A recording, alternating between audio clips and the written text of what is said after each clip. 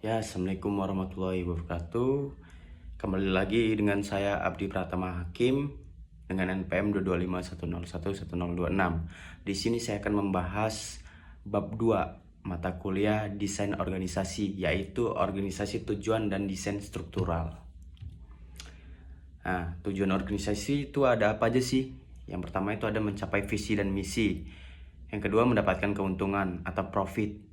Yang ketiga memberikan pelayanan atau manfaat. Yang keempat pertumbuhan dan perkembangan. Yang kelima keberlanjutan. Yang keenam efisiensi dan efektivitas. Dan tujuh membangun citra dan reputasi. Dan yang terakhir kesenjangan anggota atau stakeholder. Kerangka untuk memilih strategi dan desain ada tahapnya. Tahap pertama itu memahami konteks dan tujuannya, itu mendefinisikan tujuan dengan jelas.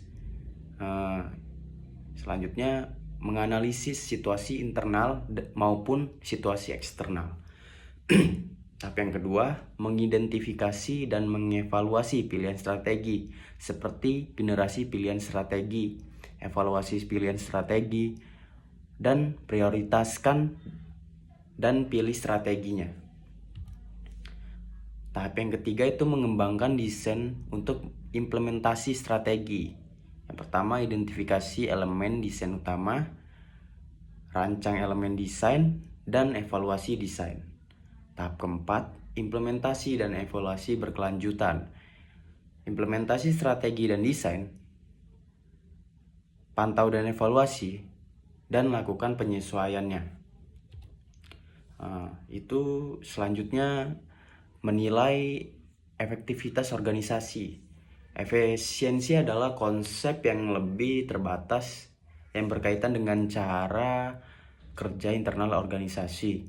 Efisiensi organisasi merupakan jumlah sumber daya yang digunakan untuk menghasilkan suatu unit output yang bisa didapatnya apa dari hal tersebut.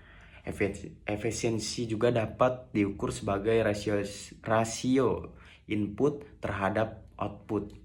Jika suatu organisasi dapat mencapai tingkat produksi tertentu dengan sumber daya yang lebih sedikit daripada organisasi lain, organisasi tersebut akan digambarkan sebagai organisasi yang lebih efisien.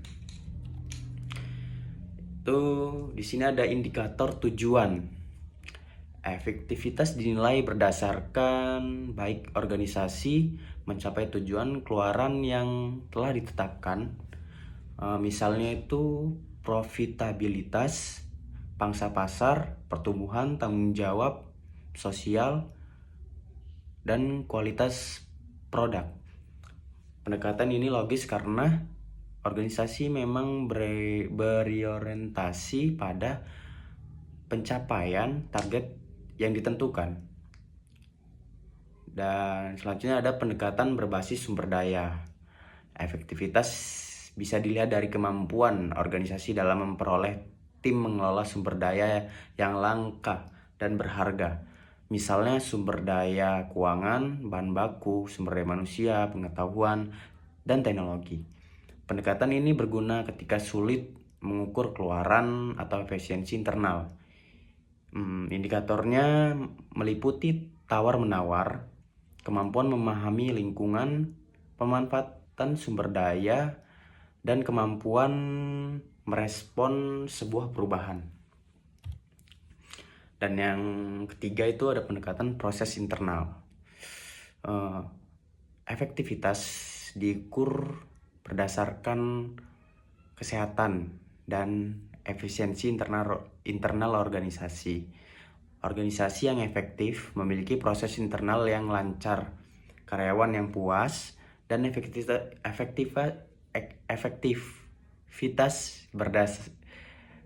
departemen berdasarkan yang saling terkait. Pendekatan ini menekankan apa yang dilakukan organisasi dengan sumber daya yang dimilikinya dan indikatornya meliputi budaya perusahaan yang kuat, efisiensi operasional, komunikasi yang baik, serta pertumbuhan dan perkembangan karyawan yang dimiliki sekarang. Selanjutnya ada pendekatan balance scorecard terhadap efektivitas. Melihat efektivitas organisasi dari 4 sudut pandang yang saling berhubungan: keuangan, pelanggan, proses internal, serta pembelajaran dan pertumbuhan itu tidak hanya fokus pada uang, tetapi juga bagaimana organisasi memuaskan pelanggannya yang bisa mendapatkan produk yang bagus, mungkin awet, dan sebagainya. Menjalankan prosesnya dengan baik dan terus belajar serta berkembang dengan melihat suasana aspek secara bersamaan. Dan membantu organisasi memahami kinerja secara lebih menyeluruh, mengidentifikasi area yang perlu ditingkatkan, seperti kenyamanan saat mungkin konsumen yang ingin berbelanja bisa memastikan semua bagian bekerja melalui tujuan yang sama, sehingga meningkatkan efektivitas secara keseluruhannya. Ya, di sini ada struktur organisasi. Menurut Robbins pada tahun 1994, struktur organisasi menetapkan bagaimana tugas akan dibagi, setiap melapor kepada siapa, serta mekanismenya, koordinasi yang formal, dan pola interaksi yang akan diikutinya. Dan selanjutnya ada menurut Rex Sohadiprodjo dan TH Handoko pada tahun 1992. Organisasi merupakan suatu kerangka yang menunjukkan seluruh kegiatan untuk mencapai tujuan organisasi, hubungan antara fungsi, serta wewenang dan tanggung jawab perusahaan tersebut atau organisasi tersebut. Struktur organisasi menunjukkan kerangka dan susunan perwujudan pola tetap hubungan antara fungsi-fungsi, bagian atau posisi-posisinya maupun orang-orangnya yang menunjukkan kedudukan, tugas, wewenang, dan tanggung jawab yang berada dalam suatu organisasi yang sudah dibagi masing-masing. Dan adapun faktor-faktor utama yang menentukan perancangan struktur organisasi, yaitu ada strategi organisasi untuk mencapai tujuannya, teknologi yang digunakan, anggota atau orang-orang yang terlihat dalam organisasi, dan ukuran organisasi. Struktur organisasi itu ada direktur, yang tingkat utama direktur, kemudian ada manajer pemasaran, manajer produksi, manajer keuangan, dan kepala bagian keuangan, dan seterusnya. Di situ ada garis vertikal yang menggambarkan hubungan otoritas, hubungan pelaporan, tingkat hierarki, dan rentang kendali.